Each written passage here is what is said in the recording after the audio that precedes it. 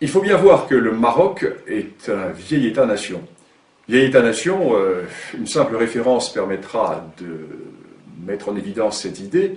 Quand Hugues Capet est élu roi de France en 987, la monarchie marocaine a déjà quasiment 2 siècles d'existence. Donc c'est un vieux royaume, un vieil empire, et ce vieux royaume, ce vieil empire, a été très largement amputé pendant la période coloniale. Le Maroc était en décadence au XIXe siècle, et il a été amputé à l'est et au sud. Amputé à l'est très largement par la France, lorsque la France a constitué l'Algérie. Et la France a poussé vers l'ouest les frontières de l'Algérie, et ce faisant, les frontières du Maroc ont reculé. Et le Maroc a été ensuite très largement amputé vers le sud. C'est ainsi que les Espagnols, en s'installant dans ce qui deviendra le Sahara occidental, ont complètement coupé le Maroc de ses vieilles racines, de ses grands axes nord-sud qui reliaient le cœur du Maroc à la vallée du fleuve Sénégal et jusqu'à la boucle du Niger. En d'autres termes, les racines africaines, d'où sont sorties de très nombreuses dynasties marocaines, ont été coupées à la suite de cette occupation espagnole. Et lorsque l'indépendance du Maroc a été reconnue par la France et par l'Espagne, en 1956, le Maroc s'est retrouvé dans ses frontières coloniales. Un contentieux a éclaté avec l'Algérie, car il faut bien voir que toute une partie de l'Est marocain est historiquement, de l'Est marocain était rattaché à l'Algérie, et jusqu'à la région de Colombéchar. Colombéchar est une localité qui était historiquement marocaine. De même Tindouf. Et restait au Maroc à récupérer toute la partie sud qui était territoire espagnol, Sahara occidental. Les Espagnols hésitaient à donner l'indépendance à la région, et les Espagnols ont traîné les pieds. Ce qui fait que le roi du Maroc, Hassan II, s'est tourné vers la Cour internationale de justice et a posé la question suivante, quels étaient les droits historiques du Maroc dans ce Sahara occidental? En effet, les Espagnols voulaient créer la fiction d'une entité sahraoui de façon à créer au sud du Maroc un État totalement artificiel, mais qui, pour survivre, devrait se tourner vers Madrid. Donc, les Espagnols comptaient rester par le biais de cet État fragile, dépendant de l'Espagne. Quant à l'Algérie, qui a toujours nourri une certaine, je ne dirais pas une certaine jalousie, le terme serait trop fort, mais une certaine envie vis-à-vis du Maroc. Pourquoi? Ben, nous sommes là au cœur de la grande question du Maghreb, qu'il y a un État-nation dans le Maghreb, c'est le Maroc. La Tunisie également, mais l'Algérie n'a jamais existé. L'Algérie est une création française. Lorsque la France arrive en Algérie, l'Algérie est une dépendance turque, totalement dissociée. Historiquement, il n'y a pas de nation algérienne. Il y a certes un royaume de Tlemcen, il y a certes des entités ici ou là, mais il n'y a pas d'État algérien. Et l'Algérie a toujours nourri vis-à-vis du Maroc une sorte de complexe d'infériorité. Et l'Algérie ne voulait absolument pas que le Maroc puisse récupérer le Sahara occidental. Pourquoi? Mais il suffit de regarder une carte. L'Algérie est un État accroché au littoral méditerranéen du nord de l'Afrique, avec un énorme appendice qui s'avance vers le sud, à travers le Sahara, appendice totalement artificiellement rattaché à l'Algérie par le général de Gaulle, alors que le Sahara n'a jamais été algérien, puisque l'Algérie n'a jamais existé. Et cette Algérie est donc géopolitiquement coincée dans la Méditerranée. Alors que son voisin marocain, qui ne dispose pas de ces richesses, a lui une immense façade atlantique. Et la récupération du Sahara occidental fait que le Maroc se retrouve avec plusieurs milliers de kilomètres de littoral atlantique, ce qui fait que le Maroc est totalement tourné vers le grand large. Le Maroc est totalement tourné vers cet océan des grands contacts océaniques. Ce qui fait que l'Algérie se trouve coincée dans cette Méditerranée, qui est un lac. Il suffit de fermer le détroit de Gibraltar et la Méditerranée est totalement asphyxiée. Tandis que le Maroc, lui, n'a pas cette géopolitique de l'enfermement. Le Maroc est tourné vers le grand large.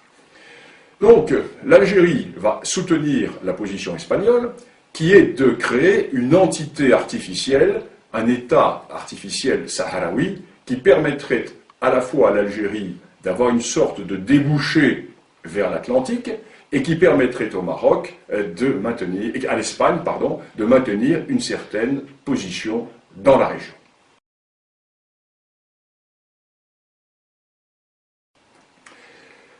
Historiquement parlant, la revendication marocaine est absolument incontestable. Elle est incontestable pourquoi?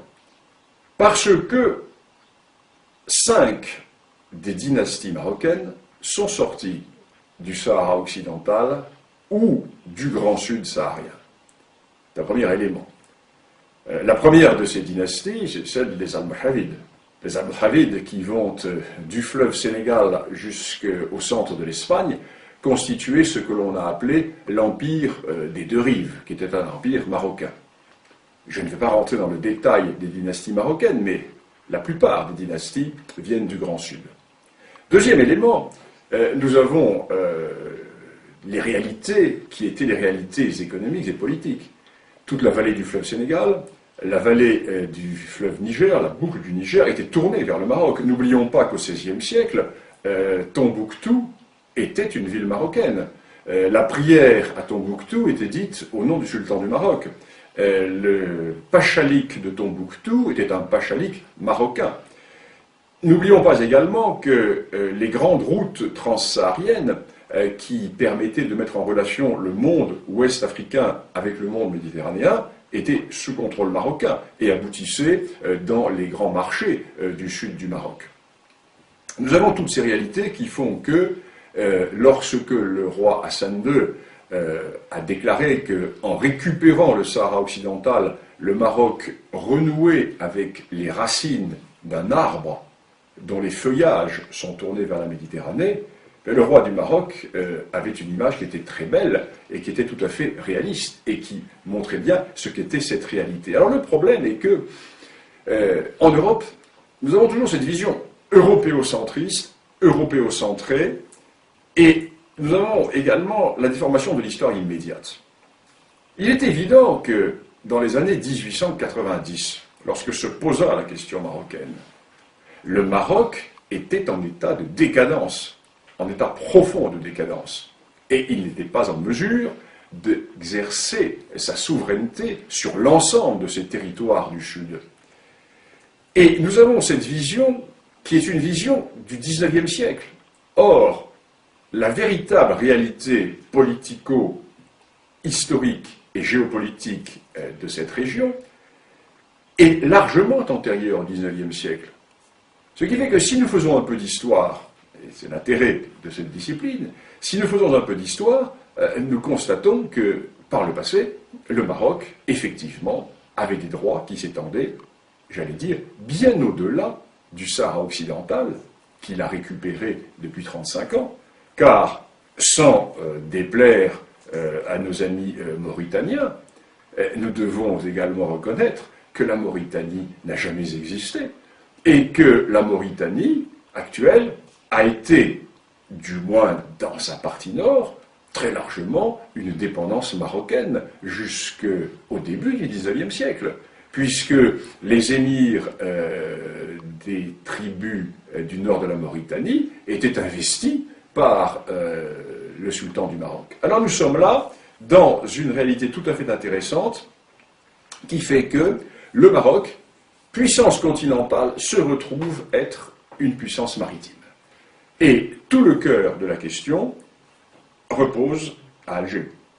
Car il n'y a de question du Sahara occidental que parce que l'Algérie n'accepte pas, elle n'ose pas le dire ouvertement, tout simplement parce que l'Algérie n'accepte pas de voir que son voisin occidental, que son voisin marocain, se retrouve doté d'atouts géopolitiques considérables qui vont faire, dans le siècle à venir, le Maroc va avoir un rôle tout à fait déterminant dans la géopolitique de cette partie de l'Afrique, alors que l'Algérie, en dépit de ses richesses découvertes par la France au Sahara, n'est qu'un État enclavé dans cette Méditerranée qui n'est qu'une sorte de grand lac Léman par rapport à cet océan Atlantique qui est la mer de contact avec tous les océans du globe.